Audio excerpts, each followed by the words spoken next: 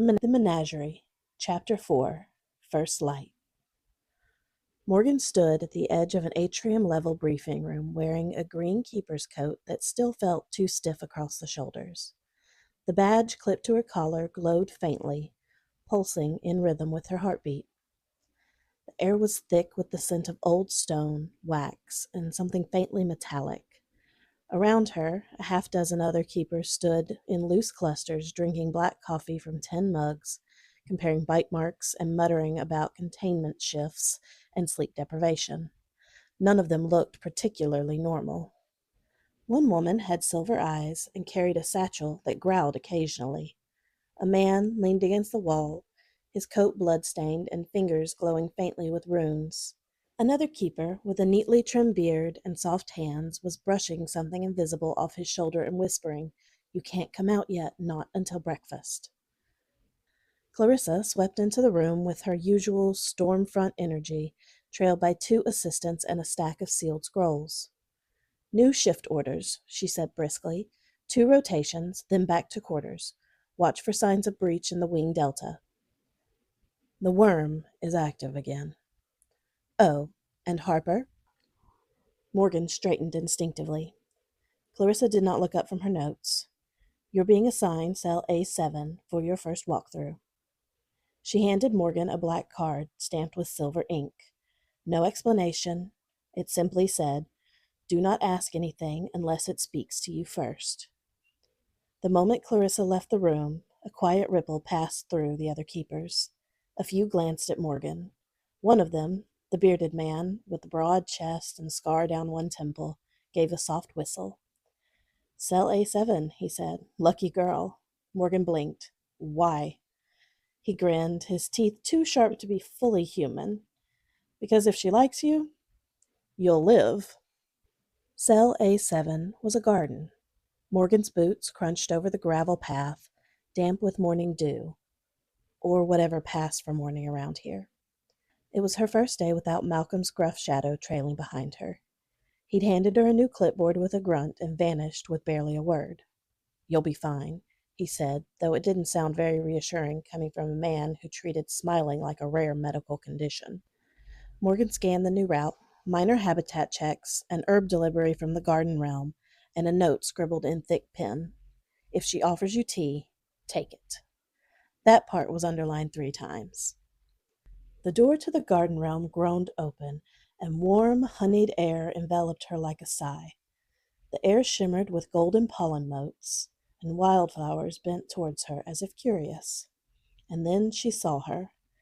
Flitting from vine to bloom was a woman with pink hair the color of fresh petals, pink and curling like new spring blossoms. Her ears tapered to delicate points, and she had the kind of presence that made the garden itself lean closer.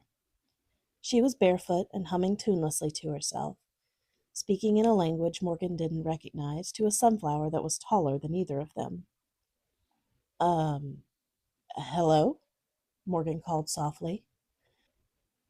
The woman turned, eyes alight with 1,000 hues of green. "Oh, you must be Morgan. I'd hoped they'd send you." She didn't walk so much as twirl closer, a smile blooming across her face. "You look like her, you know, around the eyes." Morgan blinked. "Like who?" "Oh, no one." The woman waved her hand in a flittery, clearly unconvincing way. "Someone lovely, long ago.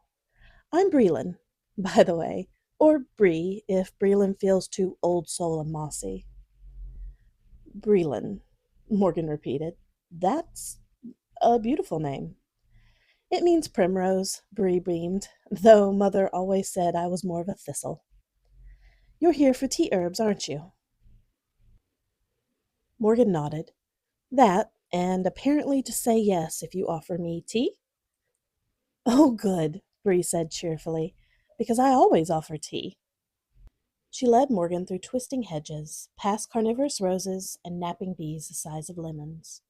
At the center of it all stood a small table, already set for 2, steam rising from a delicate teapot made with vine-wrapped glass.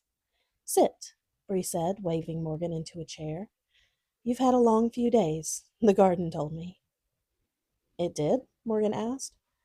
Oh, not in words, she tilted her head, but it notices who walks heavy-footed and who walks with wonder. You carry a lot for someone just beginning. Who did? Morgan asked, watching the steam curl above her cup. Bree only smiled. Someone who'll be very happy that you found your way home. Morgan leaned forward as Bree turned to a vine that was quickly slithering its way over to them. Bree reached over, petting the vine, her eyes thoughtful. Sometimes the garden remembers things before we do, and sometimes the past grows its roots so deep that it finally finds its way back to the light. That's not an answer, Morgan said carefully. Breland looked up with a faint smile. No, it's not. But then, you're not ready for the answer, so that will have to do for now. The wind stirred in the trees. Somewhere deep in the garden, a bell-shaped blossom chimed softly.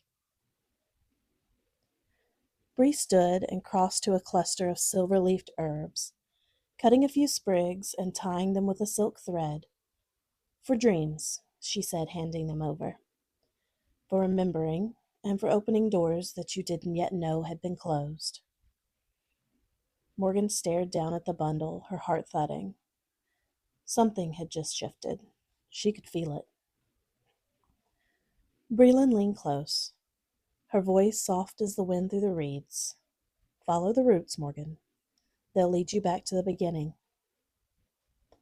Morgan sat with the tea bundle in her hands, her head full of questions she didn't quite know how to ask yet.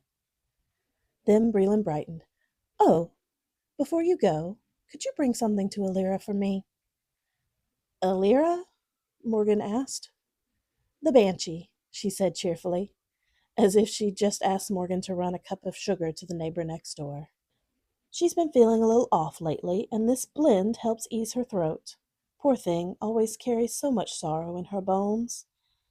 That happens when the world only sees you on your worst day.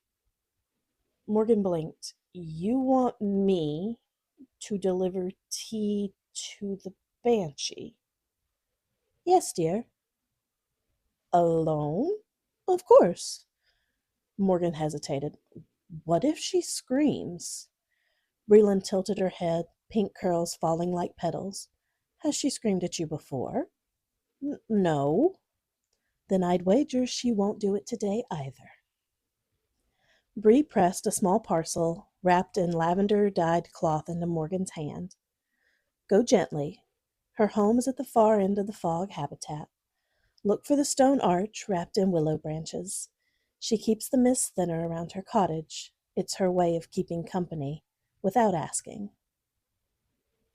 Still not entirely convinced this wasn't a terrible idea, Morgan followed Breland's winding directions back through the menagerie.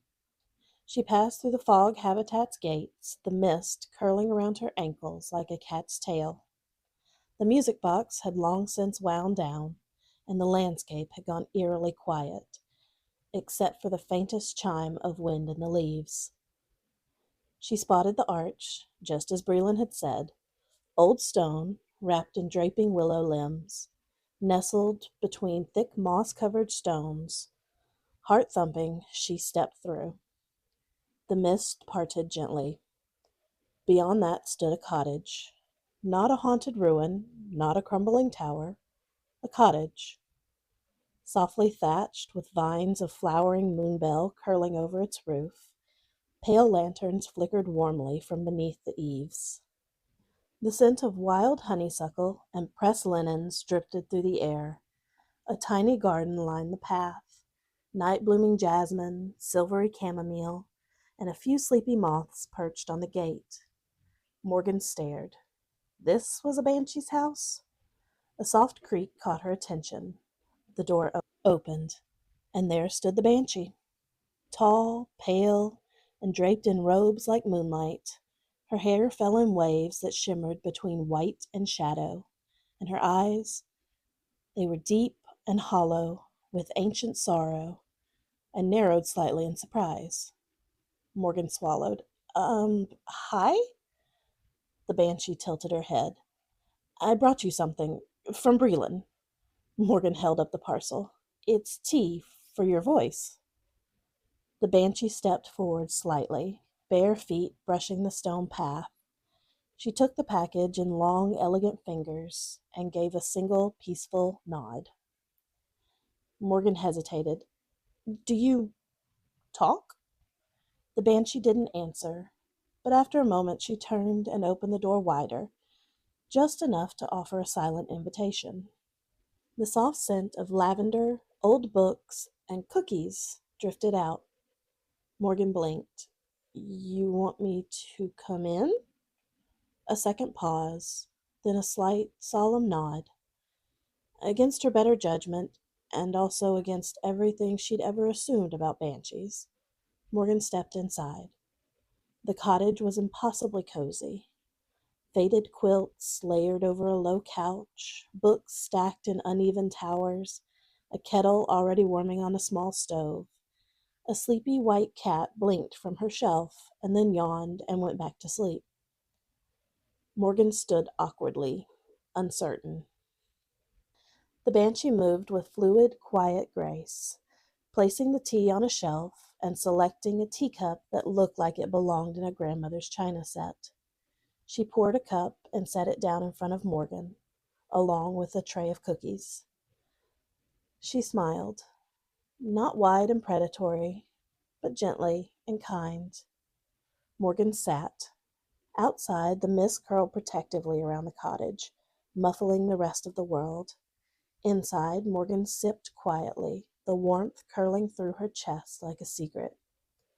Maybe the menagerie wasn't just a place for fear.